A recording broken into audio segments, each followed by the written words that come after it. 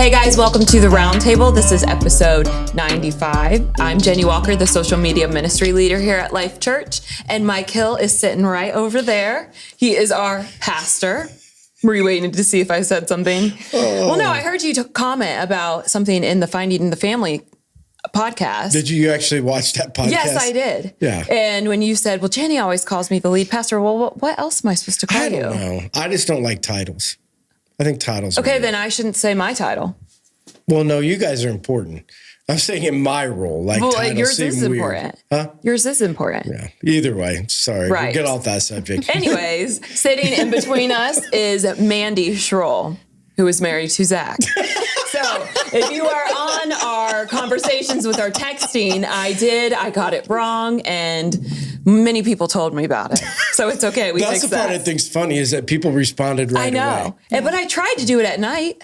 That's what happens when I tried to do it at night because I forgot to. Well, just think of this. If you would have waited to send it out like right before the podcast, then it would have really been bad. That's true. Yeah, that is true. That is true. Yeah. So that's why I sent it out late. Yeah, so it worked We perfect. fixed it. Now it's fixed. It's now, all good. now nobody thinks that Mandy is married to Michael. No, And I I'm married to Zach. apologize. Yeah, so Mandy, tell us a little bit about you. What's going on in your life? What do you love to do? Are you reading? Do you read? Yeah. Yeah, I was going to say. Time. Yeah. Now I have a lot of time. So, You do? Yeah. Why now? Because I just recently quit work. Okay. So I was at the school in Manchester for 8 years, and 6 of the years I was in an alternative classroom. Taking care of kids like you. Probably. What, with like ADHD and stuff? Oh, just Wide variety? yeah, That would like- be in there for sure. some with like family histories of just horrible stuff you couldn't even imagine, and Like trauma? yeah, Really? yeah. They And had those? a lot Manchester.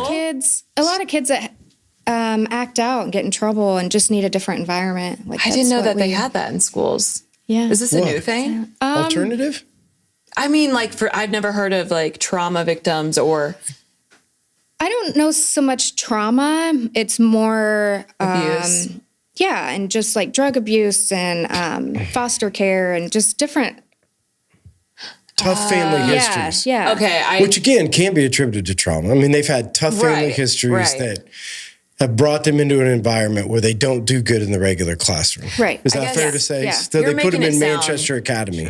Right. She's making it sound like really good. Like when I was in school, it was known as like the drug kids. Like it wasn't known as like a good thing. Like to me, I don't know, the way you sounded like was just so amazing. Manchester Academy. That's what it's called, right? Squire Academy. Oh, I'm yeah, sorry. because Squire Academy, Manchester I love Squire. that. Squire. Squire Wait, Academy. why? Because Squire. that's what like our mascot is a squire. Okay. at Do you know what a Manchester. squire is? No, I don't either. you don't? See? It's like an army dude. I don't know what would you call that. Viking kind of? yeah, like Okay. but, A like Viking? way back. Okay. I don't know the right term, but Okay. all Yeah, right. but it's kids, and it's kids that get in trouble.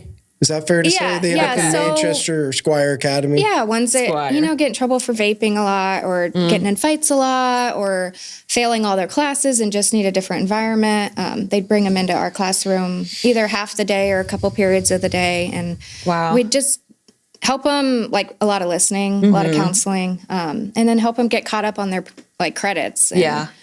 Wow. So So you like a challenge? I do.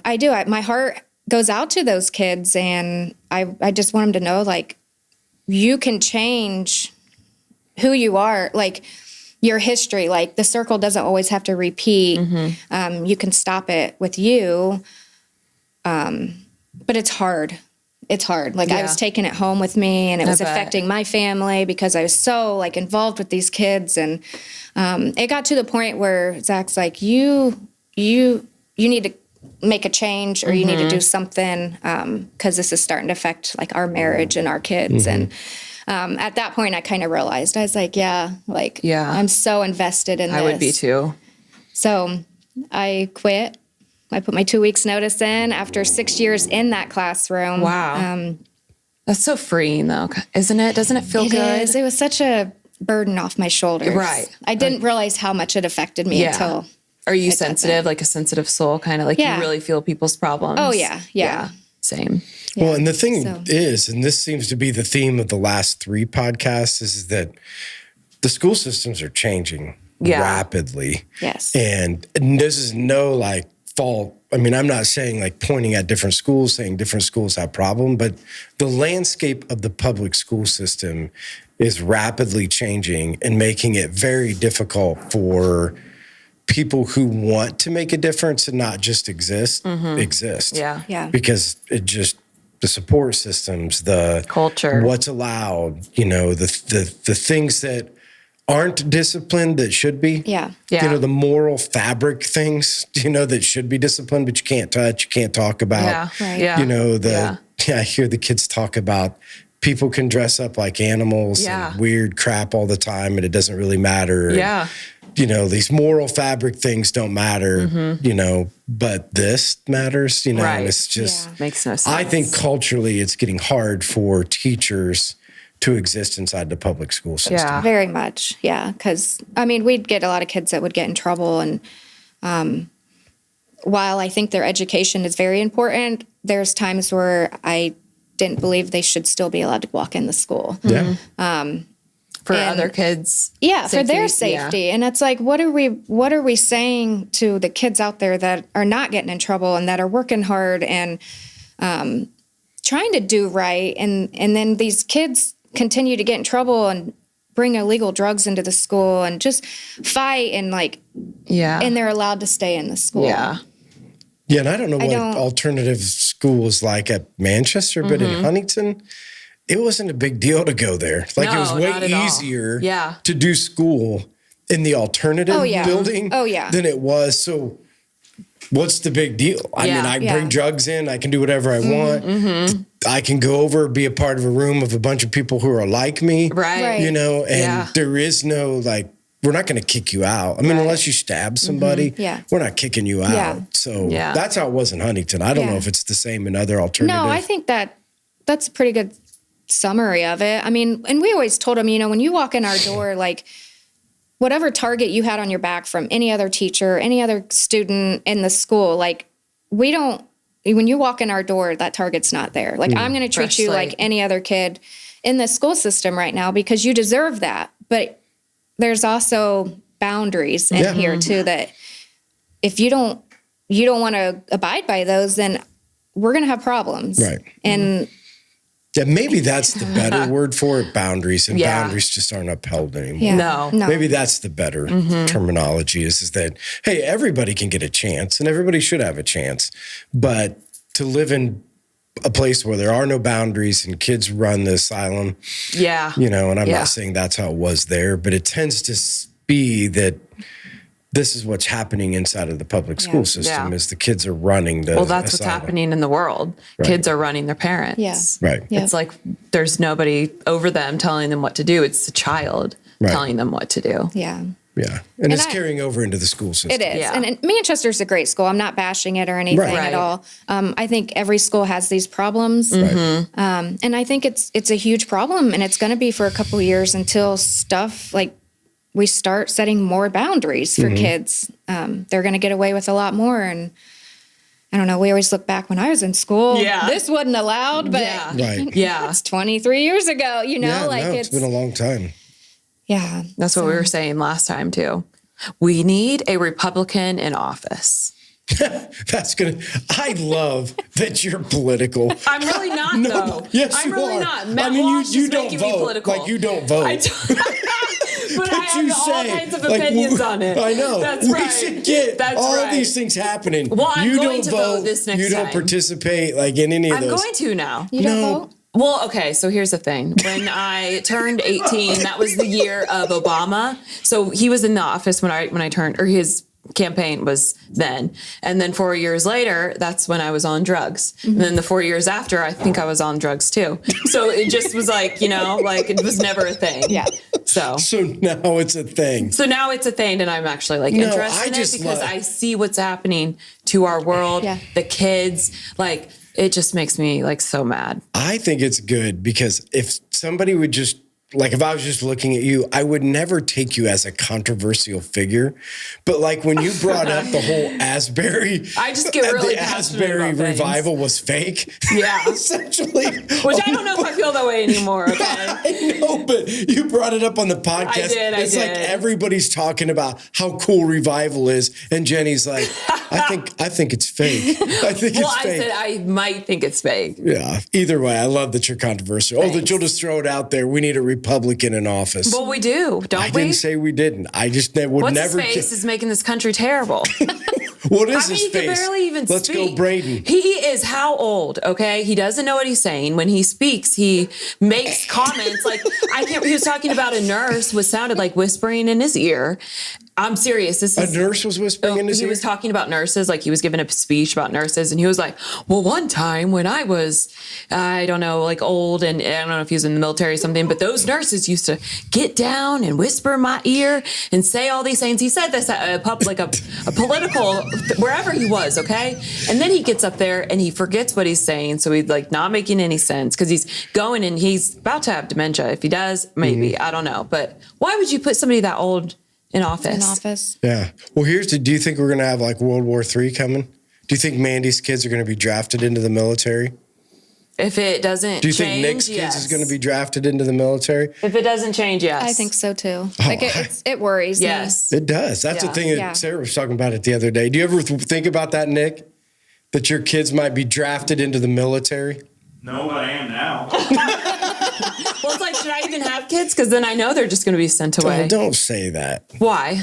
Well, I think like the idea of don't have kids because the world might be bad, or don't have kids because they might get like that takes God out of the picture. True. But isn't it just like they're just known they're going to be born out to go into the war? That might not be a bad thing. What if they're like Saving Private Ryan or Peter or who? Paul from the Bible? Oh. How did we go from war heroes to Peter and Paul? Well, okay, Paul. Paul killed people, and then he became a Christian, and then turned people over.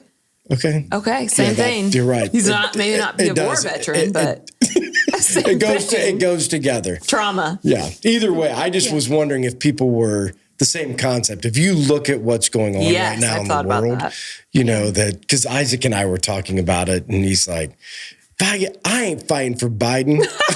He's like, if they have a draft card, I'm just going to tell them it got lost in the mail. Yeah.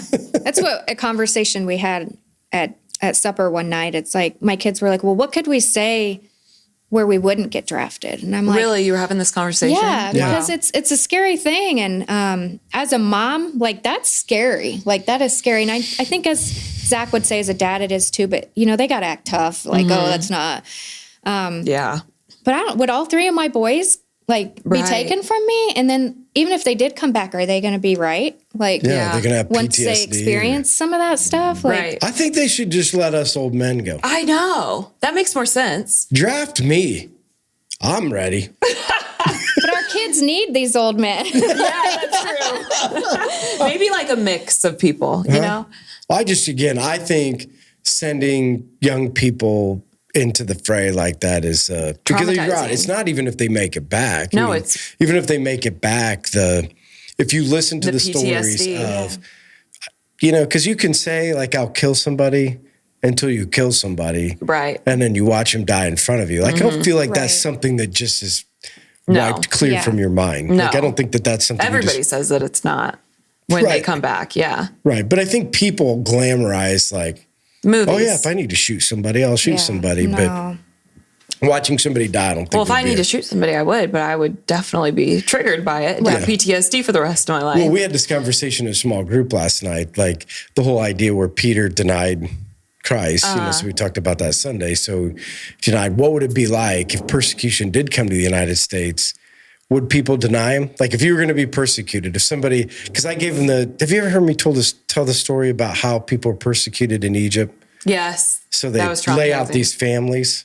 And so they start with your youngest. So it'd be Wyatt's feet, and then Caden, Levi, and then you and Zach. And so then they start with Zach and say, if you renounce your faith for your family, you can all get up and leave. And if he says no, they run halfway over Wyatt. and they say, run. They take the steamroller and they go halfway up his body so that it doesn't kill him. So he's screaming. Yeah, so he's screaming and they can't get up, and so they're all tied together. And so then they go back to Zach. Hey, will you renounce your faith for your family? And if he says no, then they run completely over Wyatt, then halfway up to Hayden's knees and give him another chance until they get to the place where they just... And they're still doing this today?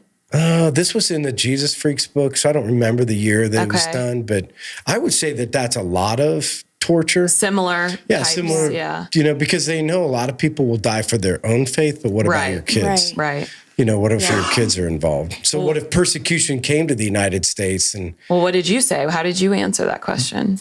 What would I do? Uh-huh. Oh, I would, again, so I can say this. Right.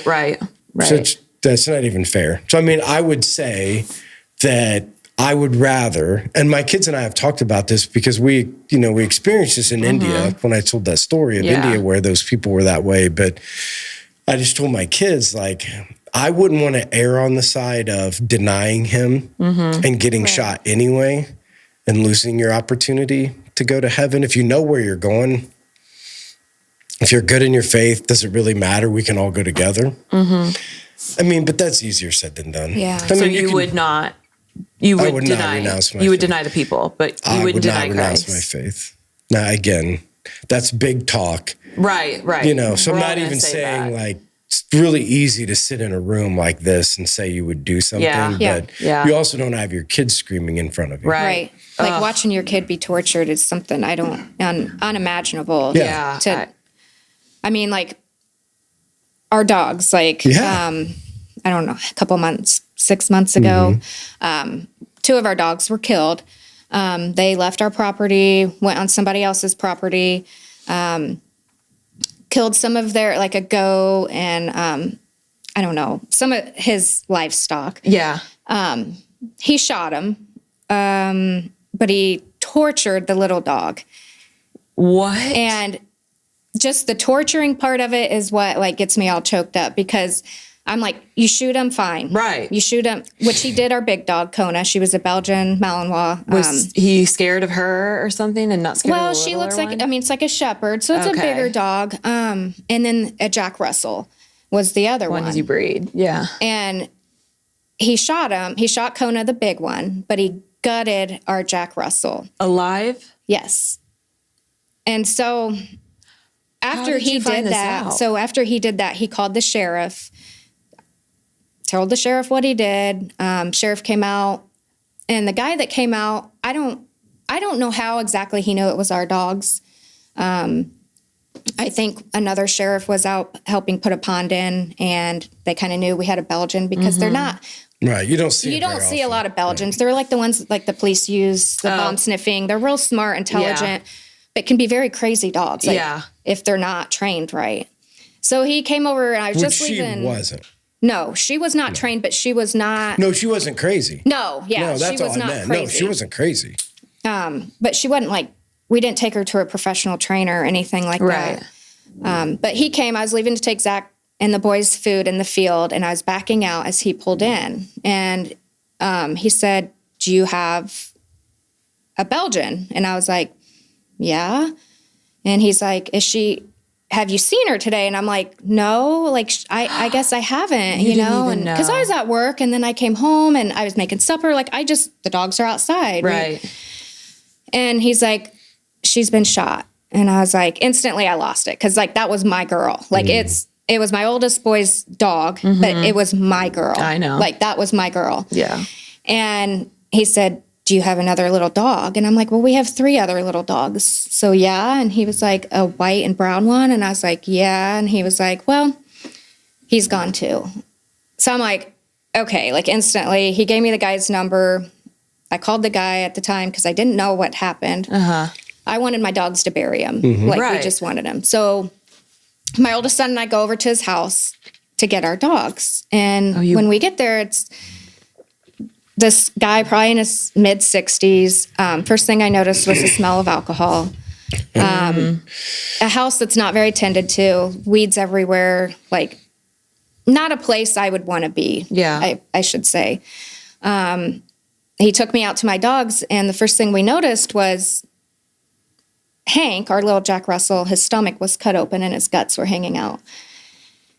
And at the time, I'm still in shock. Like, I am just, like, not thinking straight. Right. Like, I'm crying. Like, I just wanted my dogs. So we get our dogs. The guy's like, now, after this, there's no hard feelings, right? After this. And at the time, I'm still not thinking right. I'm just like, yeah, no, like, I'm sorry my dogs did this, and we get them home and we bury them. And then, like, 2 days go by, 3 days go by, and I'm like, what he did was not, it's not okay. Like, it's not, he tortured my dog. My dog laid there and suffered. Like, that is sick. And just the torture part of it. Yeah. It wasn't my kid, but it was my kid. Yeah. And I struggle with that. Yeah, like I struggle with the torture part because I'm like, that's sick. You have to be sick in the head to do that to an animal or anything, like, anybody. Even drunk, I think. Right. That's no. Right. Yeah, you don't know. People's normal reaction being drunk is not to gut dogs. No. And to do it while they're alive, like I just couldn't. They're making noises. They're crying. Oh. So, like, the next day, I called him because the sheriff said, technically he could take you to court because you killed some of his livestock. He goes, I would suggest maybe paying him if he wanted some money for his animals. Oh, heck no. So I know my husband was the same way. Give me this guy's address. I'm going to go get him. And I would for doing it for a dog, okay? I would endure my own suffering. Looking back now, I can't believe how calm I was. And knowing now that when my oldest son went with me, because Kona, the big dog, was his. Yeah. Probably being strong for him. I mean, my oldest carries. He has the permit. Like, I did not know he carried when we went to his house. And to this day, I don't know what made my son leave it in the truck. Yeah. Now you do. Yeah. Now you do.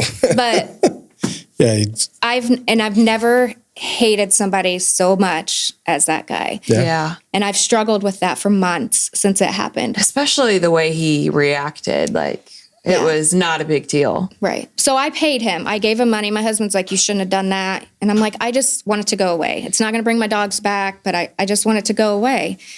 Well, when I called him to see where he wanted me to put the money, I asked him, I said, I just have one question. Why did you torture my dog?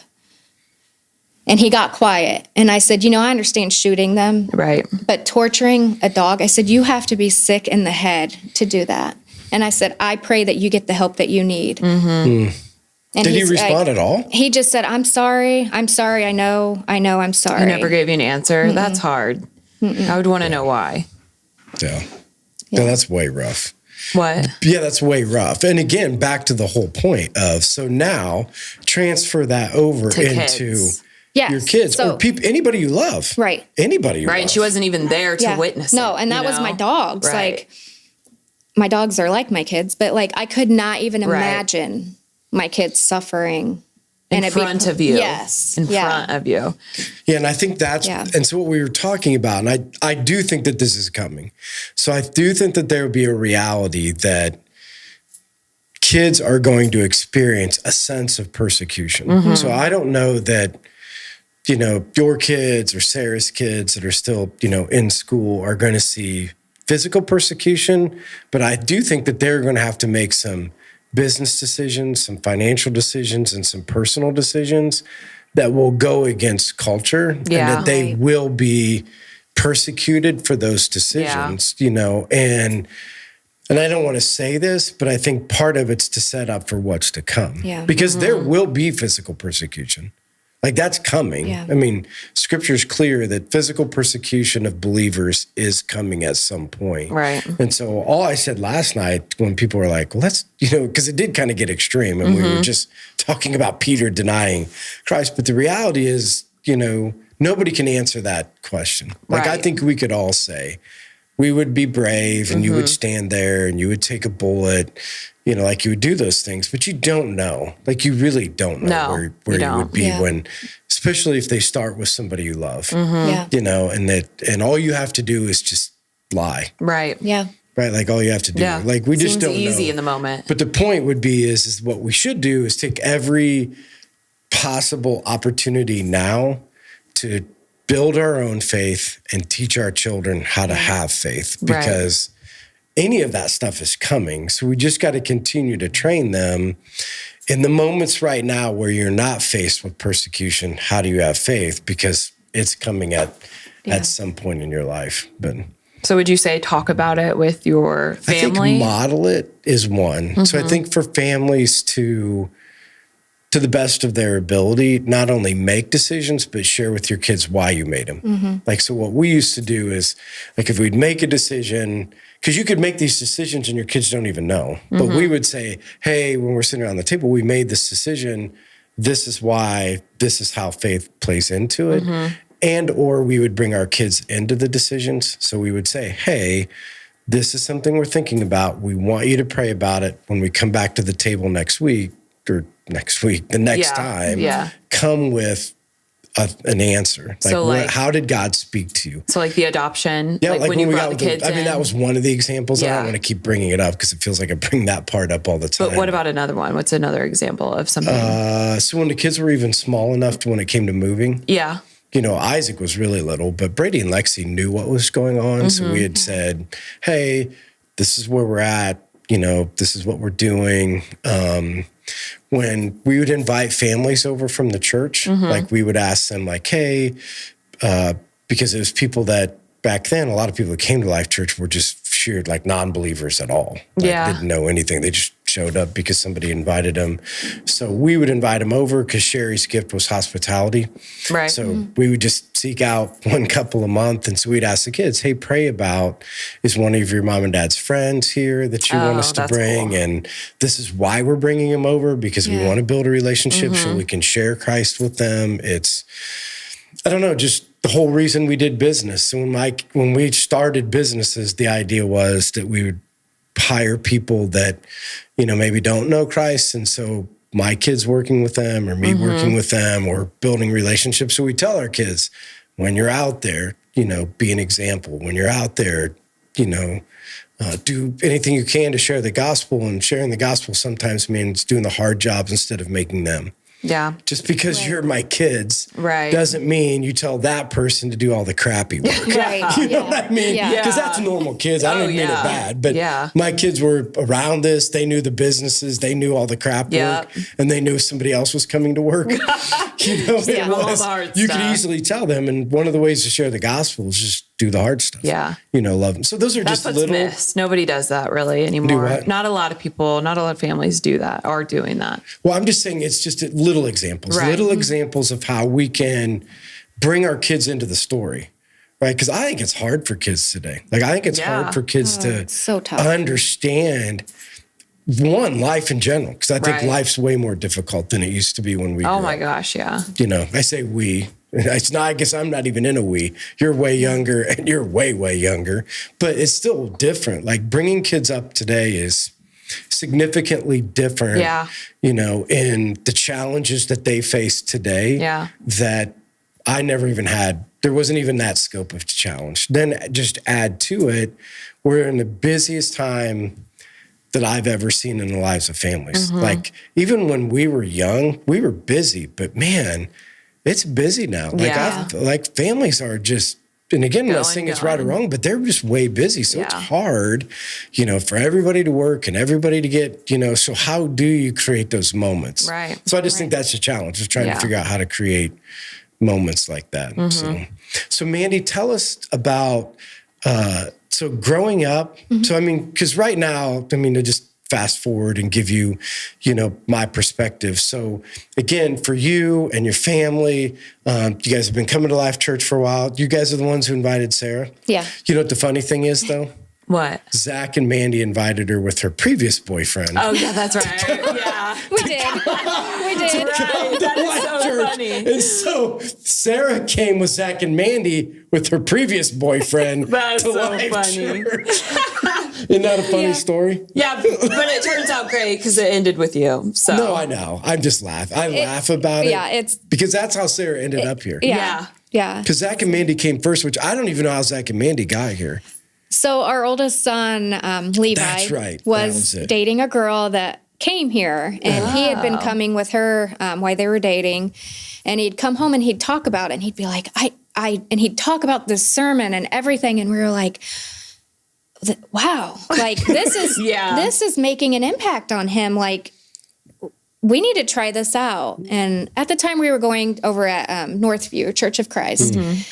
And which was you guys' family church. Yeah, like Zach grew up there. His whole family, like since he was born, like grew up there. We'd been going there since we got married. Our kids all got baptized there. Zach was like a leader. Yeah. Wow. Yeah, he was a deacon there. Yeah. Really? Yeah. And so there was just stuff we weren't getting. I wasn't getting. And I wanted our kids to get more out of it. Yeah. And we thought we need to change. Like, there needs to be a change. Well, I'm good with change. Zach's not good with change. Really? So it took a lot of convincing to get Zach to switch. But I'm like, you hear what Levi's coming home and telling us. Yeah. And this is our kid. Like, this is a kid that's telling us this. Let's try it. And one day he woke up and he's like, let's go. Let's try it. And I'm like, all right, let's do this. Like, you're not going to tell me twice. Right. So we came one time and we were like, this is amazing. Do you remember the first sermon you heard? I don't remember the first sermon. Do you remember the series? I do not. I always think it's interesting to find that out. But you stayed. Right. We stayed. And honestly, probably what drew me in the most was the music. Really? Because it got all the feels. Yeah. Like, it just got you ready to hear the sermon. Yeah. Hey, were you here this week? Yeah. Did you think it was too loud? The music? Oh my gosh. It was a little loud, but Zach said we were sitting right under his speaker. What was funny is at small group last night of all these guys. Did they say something too? There were a couple guys that's like, dude, that music was loud. Yeah. Really? They said that like without you saying anything. No, I didn't say anything. Wow. I loved it because I said, well, good, it's been a while. Yeah. We haven't had a complaint in a long time. I did tell Zach that. I'm like, it was loud. I like it loud. But he was like, well, we were right under a speaker. It's fine. So I'm like, okay. Yeah, so for deaf people like me, it's awesome. Yeah, me too. Feels perfect. Yeah, I know. I love it. Yeah, but anyway, you guys stayed. We stayed. Yeah. Yep. And then I invited Sarah, and she came, I think, once, and then she brought her boyfriend at the time again. And then the third time she came, the funny thing is it was right after Sherry had passed. And it might have been probably a month after, I don't know. She's sitting by us, and you get up on stage and she's like, he's really hot. Did you know this? Did you know this, Mike? I have heard bits and pieces. Okay. So I kind of nudge her, and I'm like, Sarah, like, he just lost his wife. Yeah. Like, stop, you know? And if anybody knows Sarah, like, there is no filter. Okay. Like, she said, if she thinks it comes out. Yeah. So that's what I love about it. I know filter. Like, it's great. But so I'm just like, Sarah, you know, like, just calm down. Like, it's okay, you know? And then so she kept coming and coming. Yeah, she kept coming. Yeah. So I don't know. I like to say I have a part in her life. Yeah, absolutely. I don't know. I think a lot of it was God. For real, yeah. Yeah. Tried it with Brett, but it didn't work. Right. Then we got Mike involved. Yeah. But yeah, so that's how we ended up coming as my oldest son. And then that's neat. And so again, if people look at you today, you know, from the standpoint of your faith and raising your children, solid family, the things that are going on, but like, what led to that? Did you grow up in church? Was church an important part of your life? Like on your faith journey, and even because I think this is the funny thing, is even in the beginning of married life, like sometimes in the beginning, married life, faith ain't all that important, you know? So I'm just curious how it went with you guys, if you grew up that way and it just carried into, and Zach was, you know, that way, and that was kind of the draw. But so growing up, it was just my sister and my mom and I for a long time. My mom was a hard worker, worked 40, 50 hours, an hour away. Wow. And she did what she could to provide for us. Like looking back, I kind of took it for granted, I think, a little bit, because I don't realize how hard she worked to make sure we had what we needed.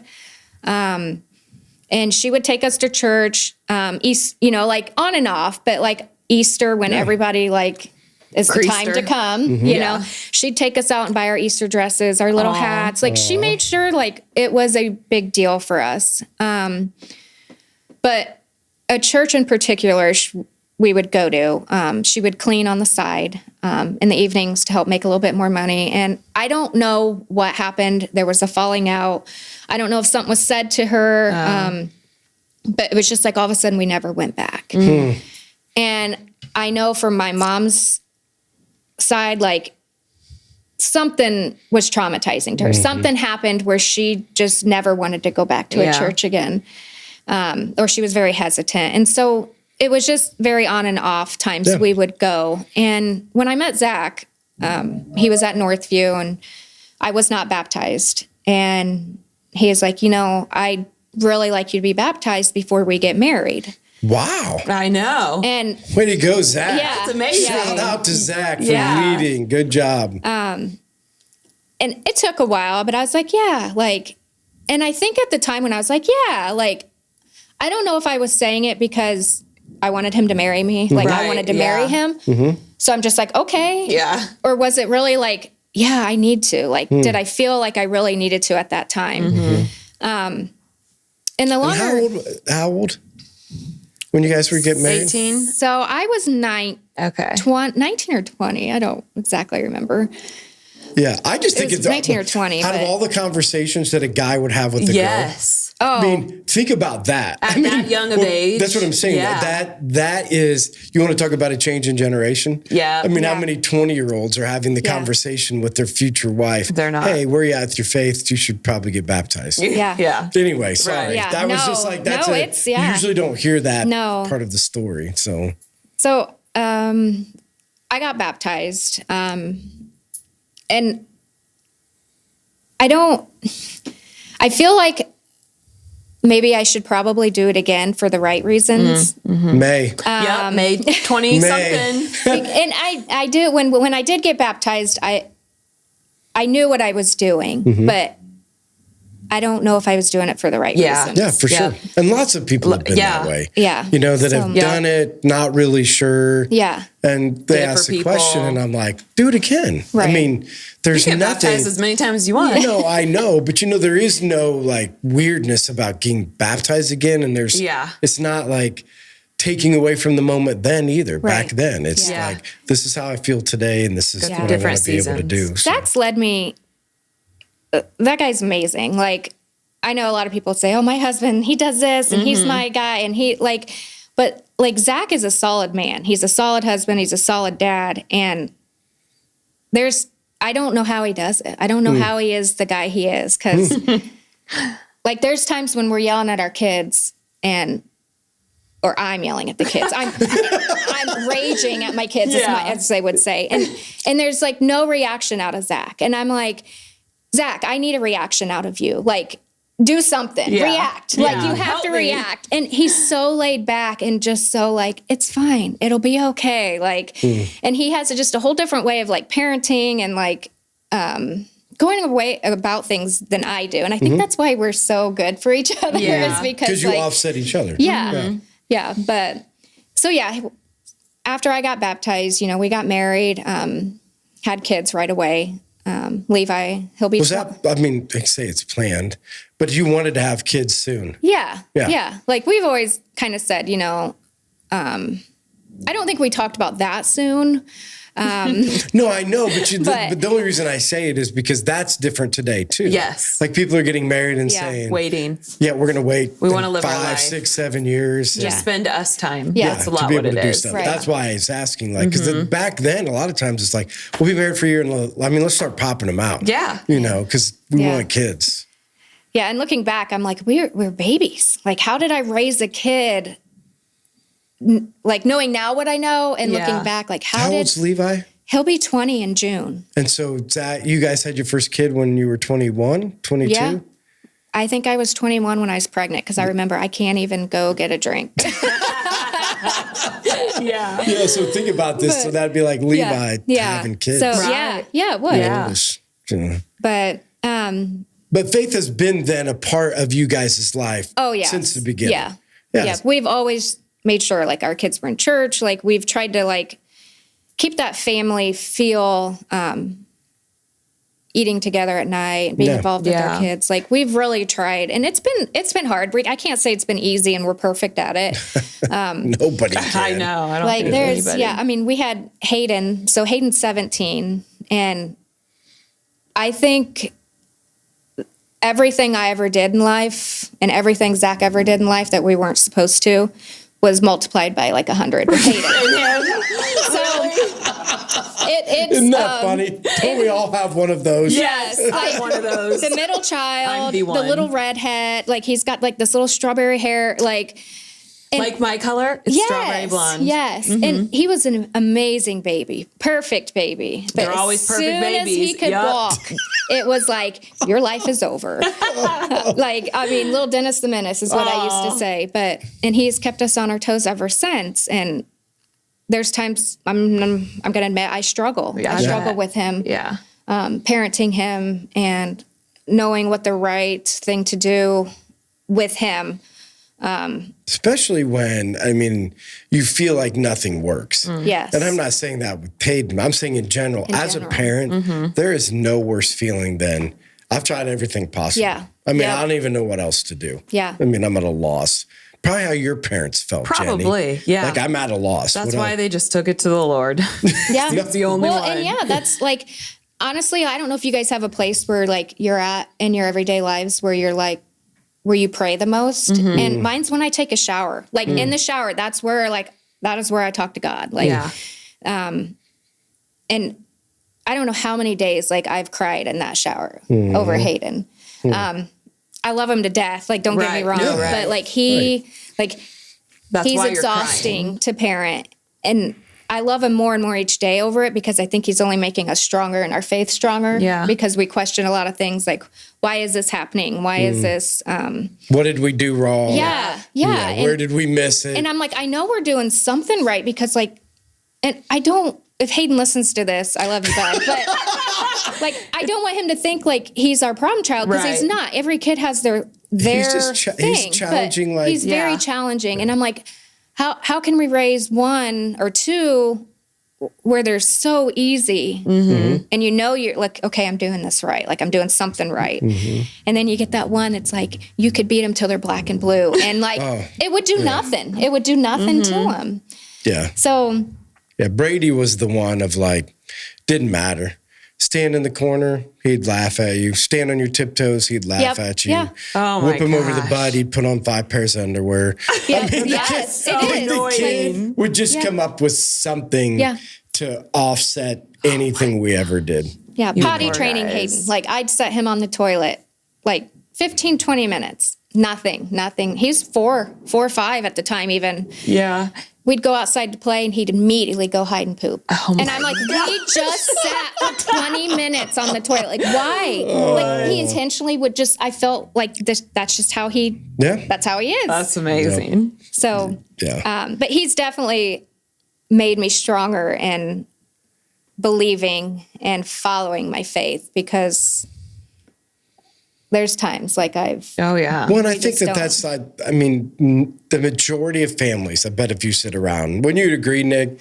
The majority of families, if you sit around, have a child that have challenged what you think you are as a parent, what you think you are as just in any of those things. Don't you think, I mean, you've been around a lot of families, with your kids being that age. Don't you think every parent struggles with that? Oh, there's always one. There's always one. That's what I mean. It's not necessarily when we say that, it's not like they're bad. No, yeah. But there's always one Yeah. that challenges the process. So who was the one out of you and your sister? Mandy. Me. Really?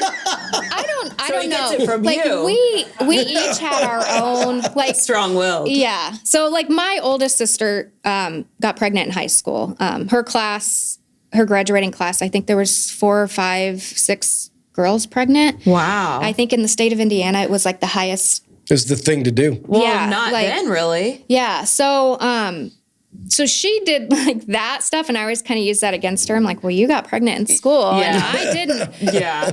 But like I was going down another path, and a path I wasn't proud of, or even like to really talk about it. And I think honestly, when I met Zach, is kind of where he was like, no, Like, we're not doing this. Aww. Like the rescuer. Yes. Oh, that's I so really cute. Every woman wants to be rescued. And you called him Michael.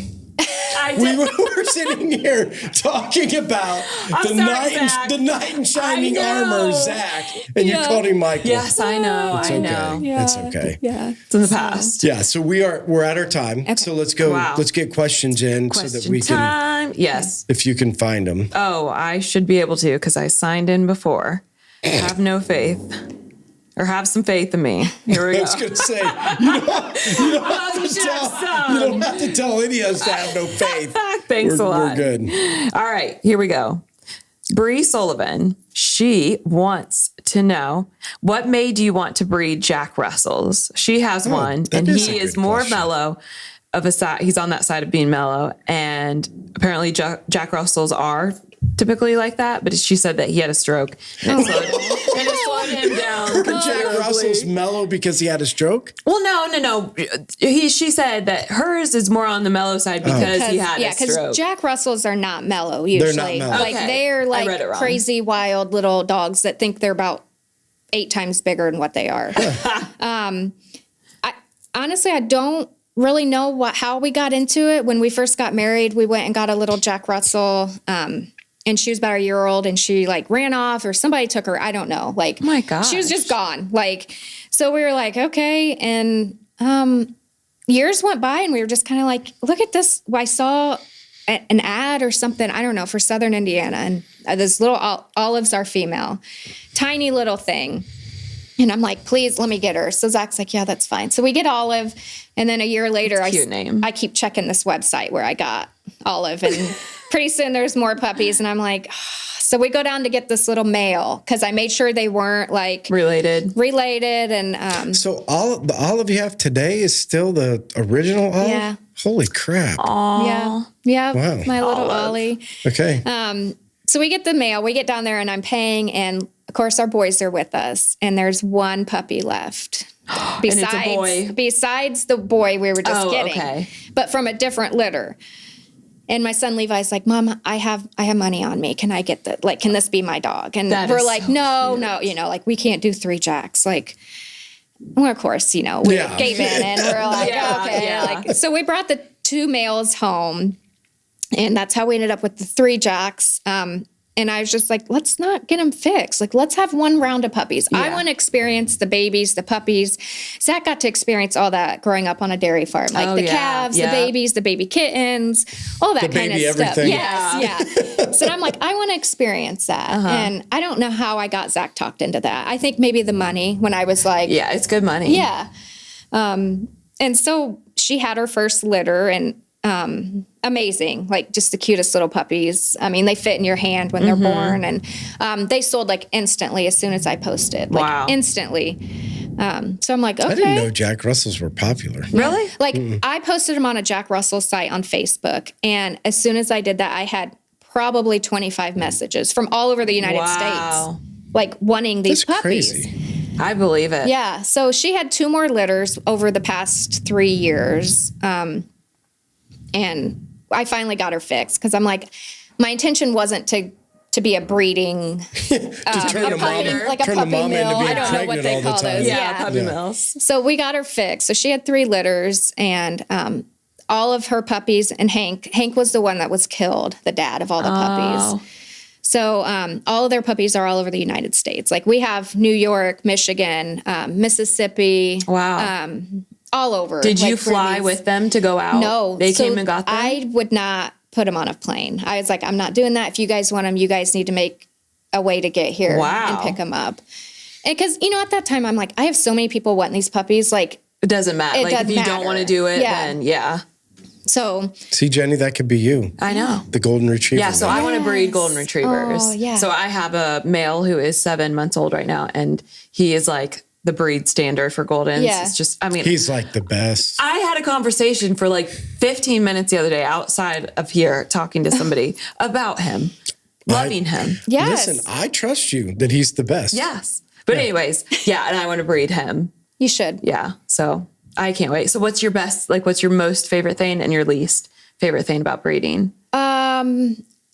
the best, my favorite thing is when the eyes are open and they can walk around and like, we just take them outside and let them run around and play. And my youngest Wyatt, he got his love for animals from me. And like, he just lays out there and they just crawl all over him and like lick his face. And he's just laying there. And to watch him interact with these puppies, like, that's pretty cool. Like, that's a neat thing to watch your kid, how they treat animals and how they interact with them. And yeah, it was just the whole puppy, the loving, the little puppy smell. Yes. Oh, puppy smell. Puppy breath. Yeah. Yeah. And the worst thing probably was when she was giving birth. Really? Yeah, because it's scary. And I'm like, how do I know if she doesn't, like if one's stuck or if like there's one that's... He sneezes weird. Oh, okay. That would be hard, now. especially with the small puppy. Yeah. So her last litter, she had 5 and one did pass away. And I think it was too big because Hank was a bigger Jack Russell, the dad. So and Olive's tiny, like she's little. And that was a concern a little bit of mine. And it finally happened on the 3rd litter. But I just had to like not get attached to it, you know, because I couldn't imagine. That's tough. She had cleaned it off and everything. Oh, she did? Yeah. Pumped the sack? Yeah. So it looked like a perfectly healthy little pup, and it just, I think she had it too long in her. And yeah, that's what the person, so I work a little bit for a breeder, and she says that that's like the worst part too. Yeah. Is when they pass away. Yeah. Yeah.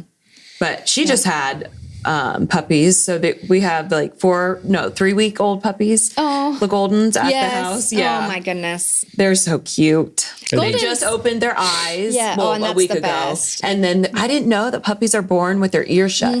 Yeah. Wild. Isn't that wild just to think like how God makes them? Like I didn't know that. Right? Yeah. Their ears are completely shut. Just looks like a little flap. It's so cute. Yeah. Really? Yeah. And I mean, their eyes aren't open, so they're like protected. And they have these little pink bellies. Yes. Yes. So cute. Yeah. Anyways. Okay. Next question is from Emily Miller. She wants to know She wants to know where she can get a puppy because she wants one. She was like, this is the biggest question I have is where can I get one? So, Olive is fixed, but after we lost our 2 other dogs. Here's the announcement. Yeah. My cousin, well, not really, but my cousin got one of the puppies from the last litter, and it looks a lot like Hank, the dad. And she lived in Kokomo, and she was moving to Indy in an apartment. And she's like, hey, like, I'm really sorry to hear about your dogs. I know this might be a little early to be asking, but would you want this puppy back? She's like, I wanted to ask you first, considering what happened and because just where he came from. Right. And I was like, no, I can't take any more dogs right now. Like, I'm not ready for this. And then I'm like, this is the closest thing we'll have to Hank.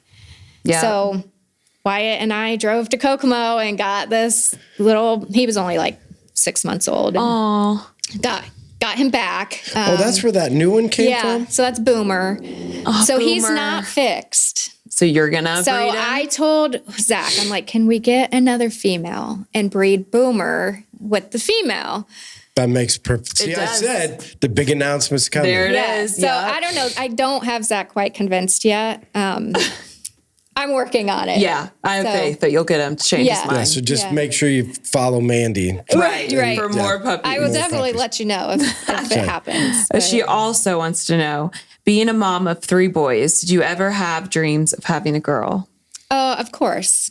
Of course. Yeah, like I grew up so my mom ended up marrying a guy who had 2 daughters, and they were like 6 months and 4 years old. Mm-hmm. So they got married. We've grown up with my 4 sisters, 3 sisters, whatever I have. I don't know.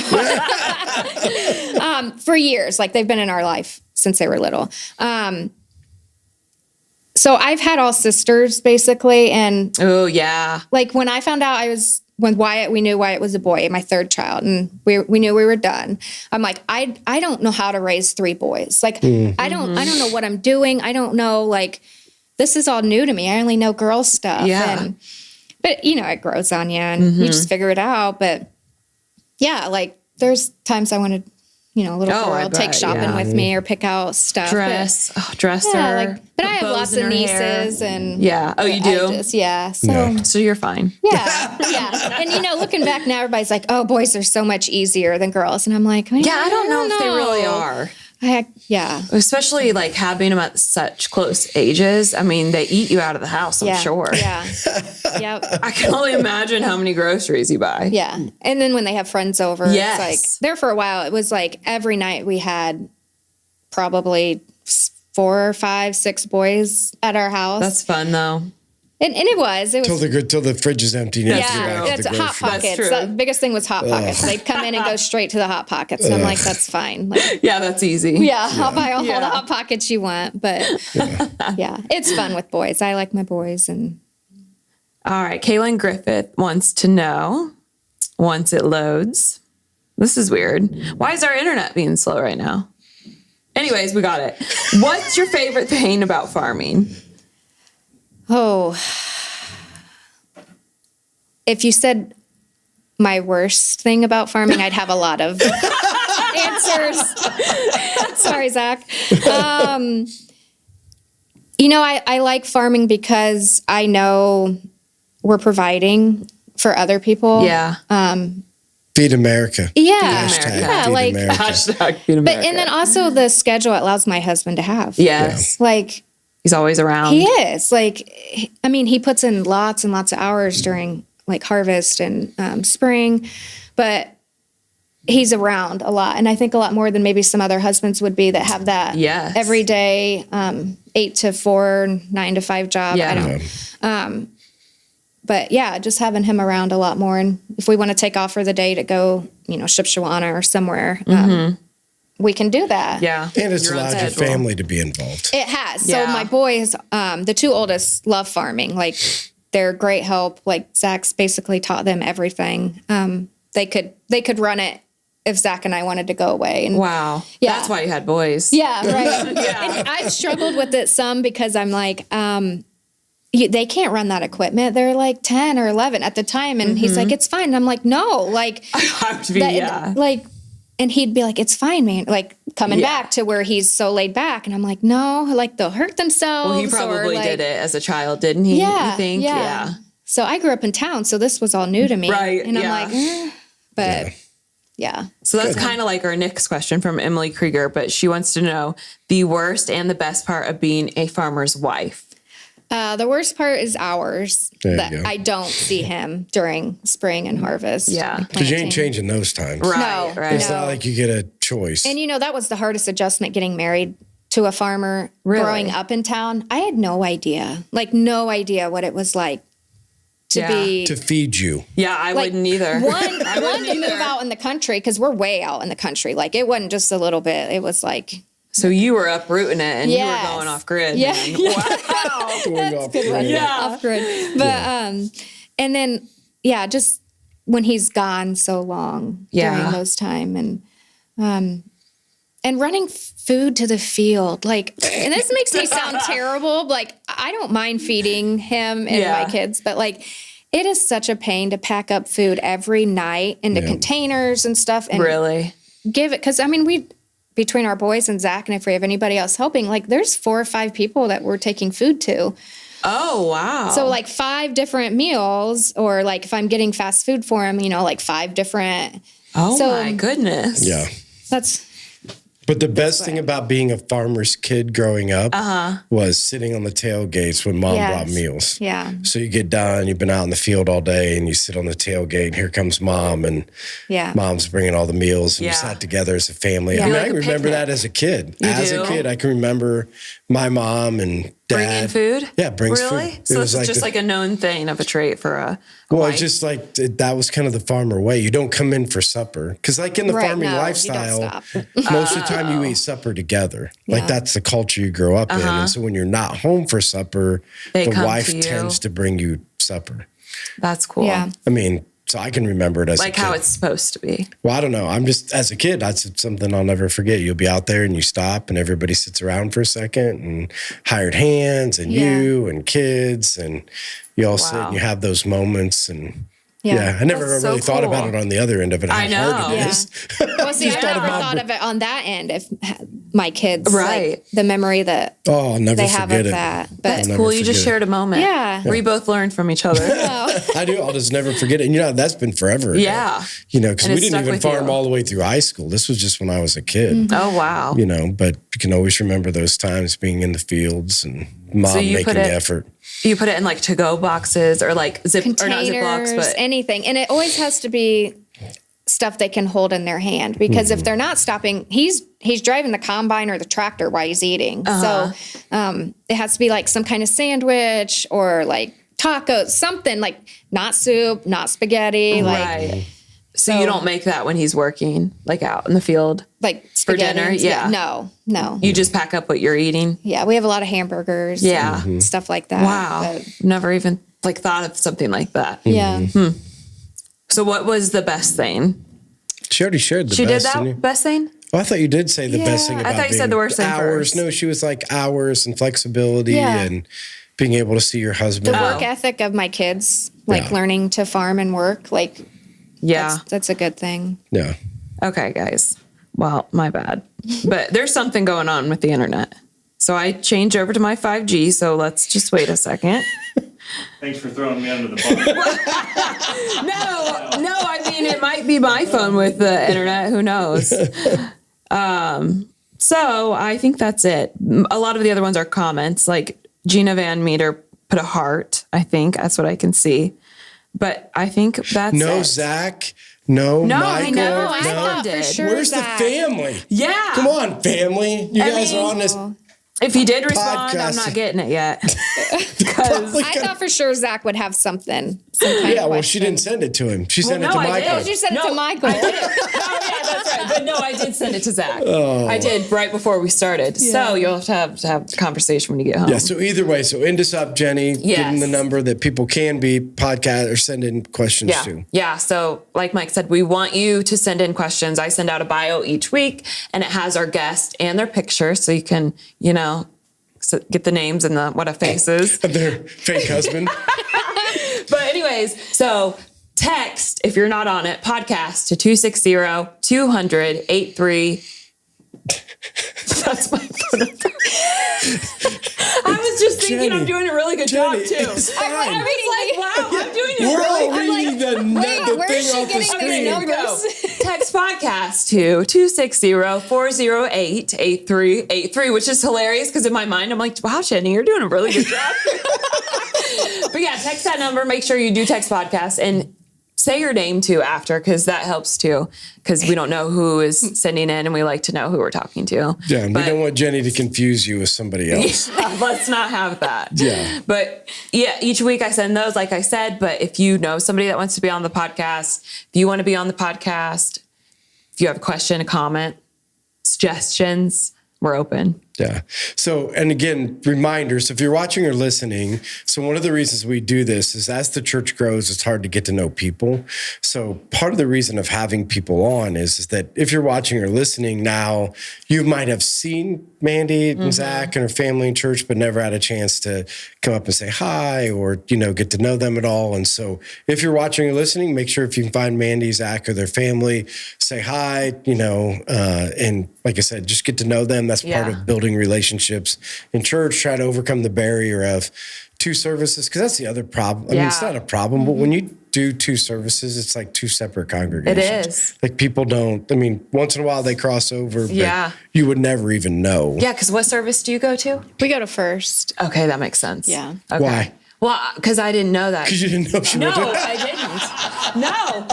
When you're just like you said, you wouldn't know that because, there's so many people and they rush out. So even if you're in between services, it's hard to see everybody. Right. Hard to keep track of everybody. In first service, there's a ton of people in there. There's always more than second now. Yeah. It used to be the opposite. You used to be more in second. Mm-hmm. Yeah. And I think it'll just get more in first as summer comes. Yes. People don't want to be in church till noon. Yeah. So if you I'm can with go. them. That's why I think we should do Saturday night church. Then we can sleep in on Sunday. Yeah, then when you have all Sunday.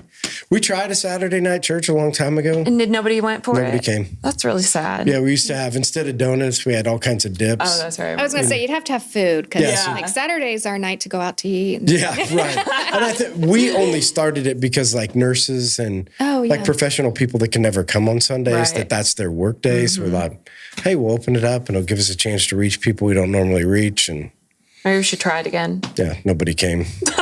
Well, maybe now. Yeah, that's what I'm saying. That was a long time ago. Yeah. But anyway, if you're watching or listening, make sure when Jenny puts it out there that you share and or like or put comments out. So if you're on our YouTube, or on our social media, comment. It helps, other people do it.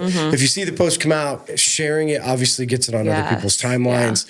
Gives us the opportunity to be able to get it out to a lot more people. And Mandy, thank you. Thank you for taking time to come in and share about your life, about your story. And again, it's just been good for you to be able to talk to people about experience. Any wisdom for our listeners before you? Parting wisdom? And it can't be don't eat yellow snow. I love that one. Oh, geez. I don't know.